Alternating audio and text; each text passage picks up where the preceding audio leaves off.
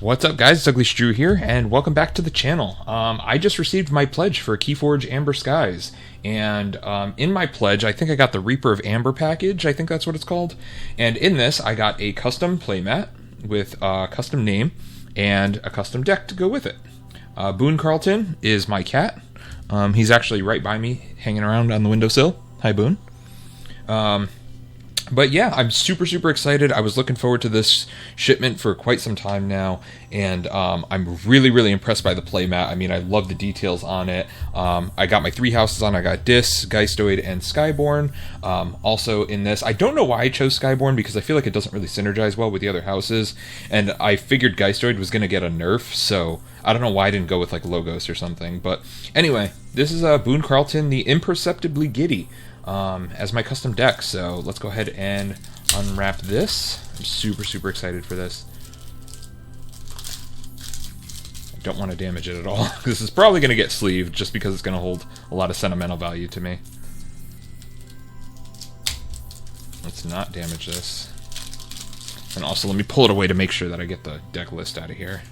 So yeah, here's Boone Carlton, the Imperceptibly Giddy. We're going to start with House Skyborn here. So we got Torpifying Harpoon, which it looks like it is a... Let me get this in the camera here.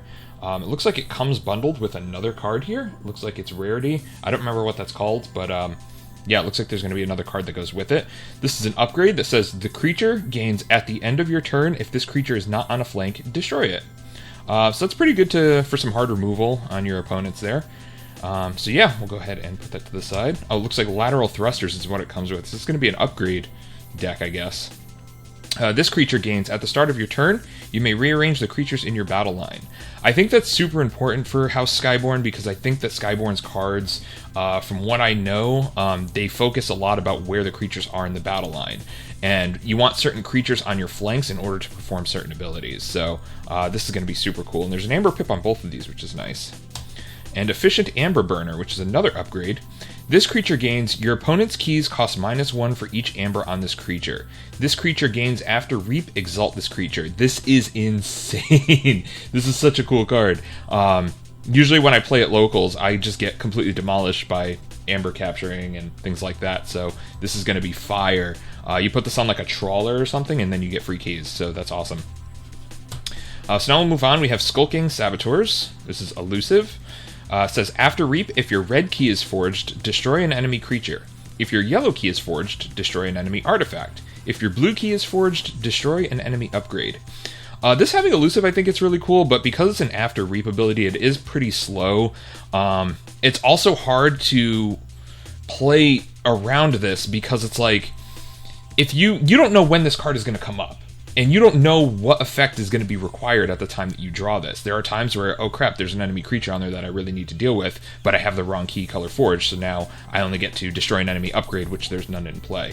So I don't think this card is that good, but it is a common, so I guess we can't expect too much. Indigo Halyard. While your blue key is forged, Indigo Halyard gains after Reap, ready and fight with another friendly creature. While your opponent's blue key is forged, each of Indigo Halyard's neighbors gains Taunt. So I think this is pretty cool. This actually synergizes a little bit more with the Saboteurs. The problem is the Saboteurs, if the blue key is forged, destroy an enemy upgrade. That's not very good. But this, if the blue key is forged, this ability kind of goes crazy. So I don't know. 5 power, I guess, is pretty cool. But yeah, we'll move on. Chandler Anook says, each friendly flank creature gets +2 armor and gains Taunt. That's pretty cool. I think there's a Sanctum card that sort of works similar to that. But having beefier flank creatures that are harder to destroy, I think is going to be super important. I don't know what the hard removal is like in this set, so I guess we'll come to see like how good this card really is. We got 2 Chandler Anooks. We have Buck's Bastion. This one enhances an Amber Pip and a Damage Pip, and says, scrap, exalt an enemy flank creature. So I think the scrap ability might actually be better than having this card in play. I mean, it's only 3 power, so it's not very good. It's not very strong. And exalting an enemy flank creature can be, like, catastrophic, especially with... Oh my god, hold on.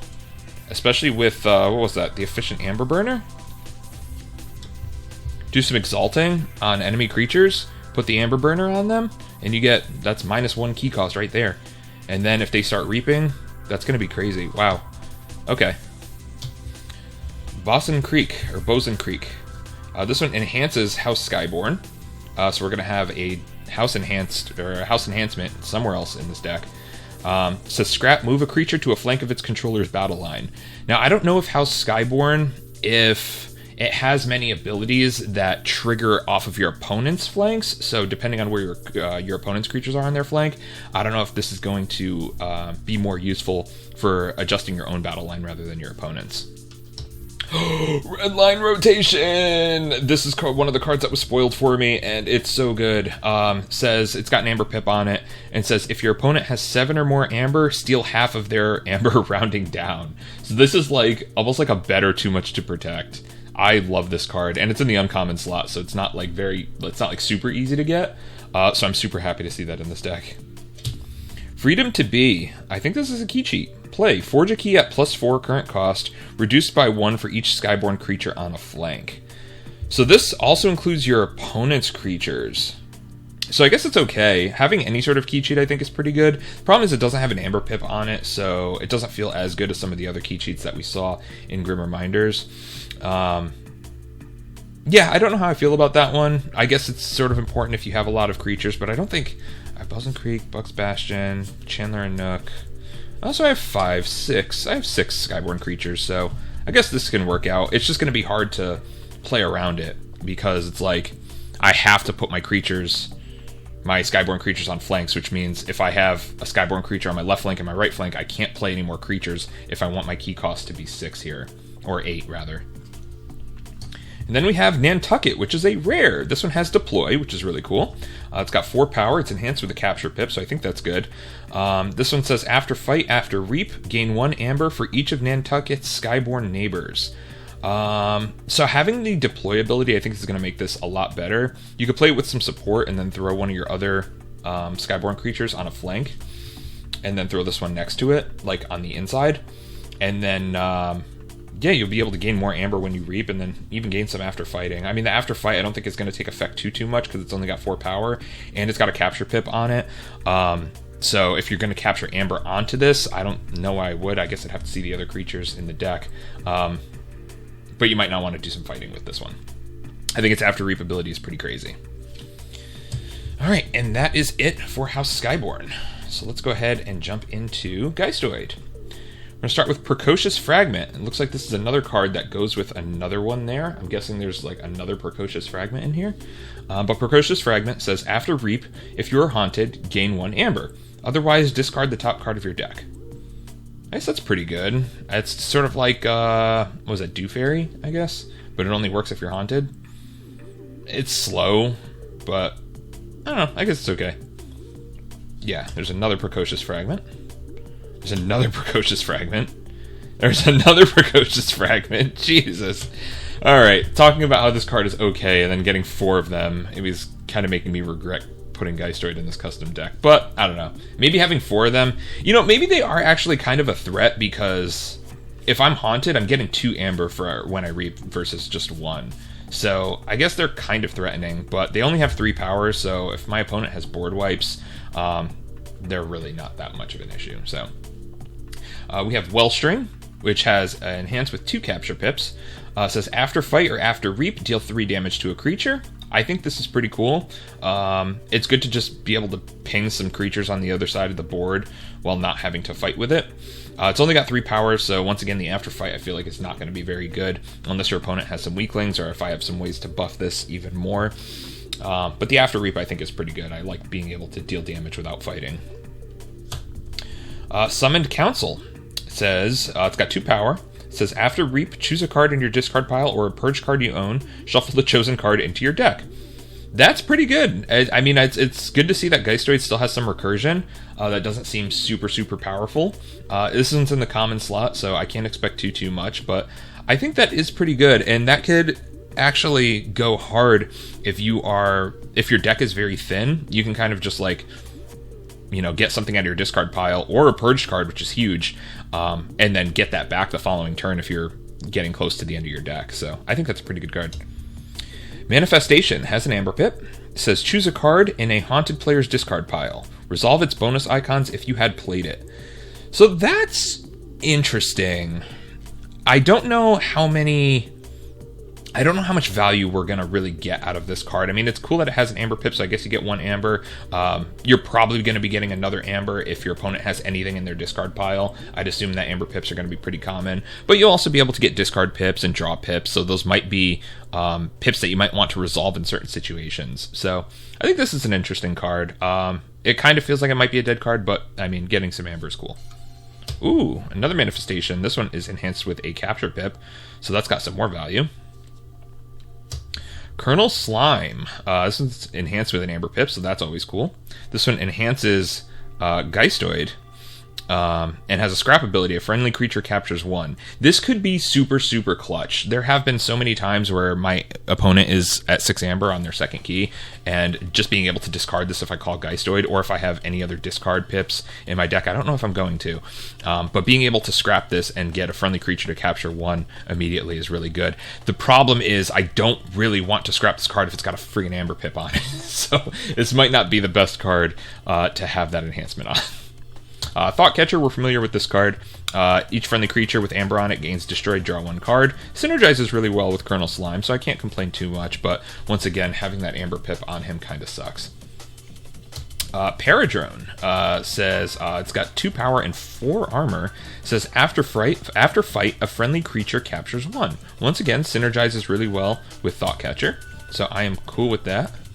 Seeing some synergy there.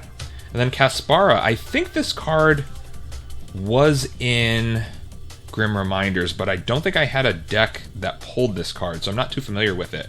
Caspara says X is the combined total of Amber between each player's pools. That's really good. Each friendly Geistoid creature gains on play or destroyed, each player gains 1. That's not that great. It's enhanced with House Skyborn, which is cool. I can play it off House. But yeah, each friendly Geistoid creature gaining... just each player gains 1. So that's going to make... yeah, that's not that good, because I have my 4 Precocious Fragments. That if I have 4 of these on the board, and I have Caspara out, and then my opponent plays a board wipe, they're going to get 4 Amber there. Not very good. Caspara is interesting. Maybe I'll be able to pull off something crazy with it. I'm not sure, but I'm kind of regretting putting Geistoid in this deck. So that's it for Geistoid there. Let's move this to the side. And now we'll move on to Dis. We have not seen Dis. Oh, this is a Sky Beast. Holy shit. A Sky Beast in my custom deck. Dude, that's so awesome. So I noticed this was a Sky Beast because it's got the claw marks on the border. So that's pretty cool. And this is Naja. It says after Reap, gain 3. That is crazy. Oh my god, I'm so excited to play with this now. So the Geistoid may have been a dud, but this Dis is going off already. Holy shit, that's so cool. Yeah, I don't have much else to say about this other than that is an awesome Sky Beast to have. It only has 5 power, so I don't know if it's going to really stick around for too long. But if it does, that is a huge problem, and my opponent's really going to have to deal with that. This is really good to force my opponent to deal with it and force them to play whatever house they need to in order to get rid of it on the turn it's dropped. So I'm fine with that. Then we got Ven Omok. This one has poison, 2 power, and says during their draw card step, your opponent refills their hand to 1 less card. So there's a couple cards from earlier sets that do the same thing, but I'm a big fan of that ability as long as I remember to actually trigger it, because me and my opponents usually forget about that. And yeah, anyway, that'll be really good. I think Succubus is the card that does that as well. Suspendamander.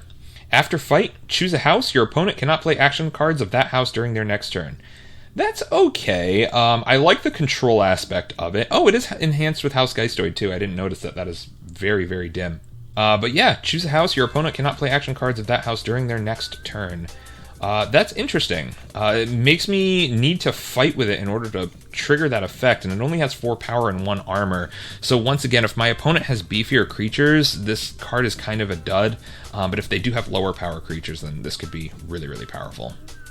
We have 2 of those. We have Mosquito. After fight, fully heal Mosquito, deal 2 damage to a creature. Once again, only has 3 power, so I don't really know how good this card is. It seems like it might be a dud, but we'll see when I start playing with it. Ooh, Mindfire. This is a great card in this set. Your opponent discards a random card from their hand. Steal 1 amber for each bonus icon on the discarded card. So I actually had to ask a question about this in one of the Discord servers I'm in, because I wasn't sure if house enhancements counted as bonus icons. They do. So Mindfire would be able to steal multiple amber just based off of if the card is enhanced with a house or enhanced with any other pips there. Having multiples of these, or multiple Mindfires in a deck would be really cool. Infinity Strop. This one is enhanced with a damage pip. It says deal 2 damage to a creature, so it's actually dealing 3 damage to a creature. If this damage destroys that creature, deal 4 damage to each creature that shares a house with the destroyed creature. Having the damage pip on this goes crazy, because you can ping something, so say something has 3 power. You can ping it for 1, and then deal 2 damage to it. And then if that damage destroys the creature, which in this case it will, deal 4 damage to a creature that shares a house with the destroyed creature. So that could be really, really cool. Really, really powerful. I'm not seeing any board wipes here, but...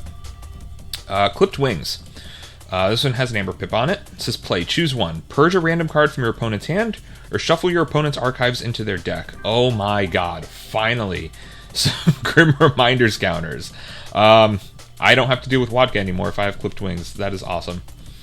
Purging a random card from your opponent's hand is also insane. So, I mean, yeah, shuffling your opponent's archives into their deck is also really dirty and can really screw them up. But purging a random card from their hand is really, really good. A Gift of Æmber. Destroy. This one has an Amber pip. Destroy up to 2 creatures. For each creature destroyed this way, the creature's controller gains 1. I can destroy my Precocious Fragments, right? Because these have, like, no value to them. Gain 1, otherwise discard the top card of your deck. Yeah, I can destroy some Precocious Fragments. Having a lot of creatures in this deck, I think, is really helpful for that Gift of Æmber. So that's really cool. Ooh, 2 of those. Nice. Snudge. Some artifact control. Kind of. Snudge has 4 power. It says, after fight or after reap, return an artifact or flank creature to its owner's hand. This is also really good if your opponent is playing something like a Skyborn house, which is very, very particular about which creatures are on the flanks. So I guess that's pretty cool. And then Delta P, destroy an enemy creature. If your opponent controls more creatures than you, repeat this effect. That's awesome. So I don't really have board wipes, but I do have some hard removal in the deck. I'm really excited to play with this deck. Yeah, I'm just really excited about this guy. Like I said, the Geistoid seems like it's kind of ass, so that was my fault, I guess. I guess I was expecting a little more out of Geistoid because it was so powerful in Grim Reminders. So yeah, that is Boone Carlton, the Imperceptibly Giddy. Super, super excited to play with this. I will be bringing this to locals on Monday and seeing what it can do. And I will be sleeving this deck for sure. I, once again, don't know how good it is compared to the other Amber Skies decks because I don't know all the cards in the set. But yeah, I am super, super excited to play with Boone. And anyway, before we go, I want to talk about this. We have preview cards for Prophetic Visions. I haven't opened this yet, so we're going to do this together.